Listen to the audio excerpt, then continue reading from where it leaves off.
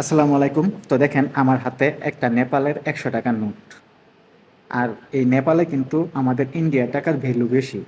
আমরা যদি ইন্ডিয়ার ১০০ টাকা দেই, নেপালিরা আমাদেরকে ১০০ টাকার বদলে ১৫৯ টাকা দেয়। আর ৫৯ টাকায় কিন্তু বেশি।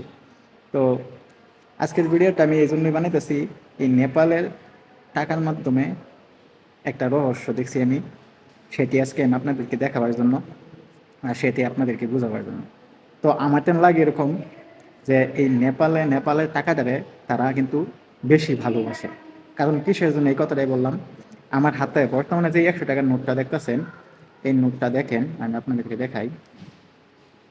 দেখেন কতটুক মানে ফাটা, এতটুক ফাটার পরেও কিন্তু এই টাকাটা কিন্তু বিন্দাস চলতেছে, কোনো দোকানই কিছু বলে না। আমি যখন এই টাকাটা যে দোকান থেকে নেই, এই দোকানদারকে কিন্তু আমি দেখাইছি যে এই টাকাটা এতটুক ফাটা, কোনো অসুবিধা হবে না।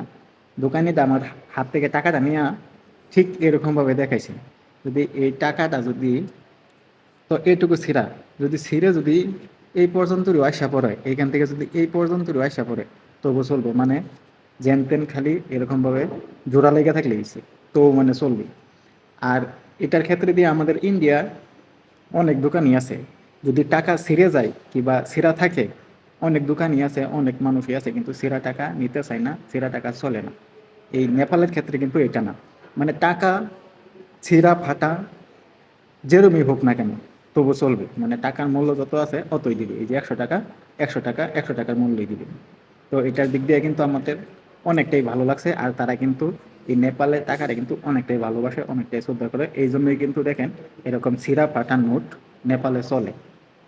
তো আজকের ভিডিওটা এই জন্যই আসিন। তো ভালো লাগলে ভিডিওটা অবশ্যই একটা লাইক করবেন, শেয়ার করবেন। সবাই ভালো থাকবেন, সুস্থ থাকবেন। আল্লাহ হাফেজ।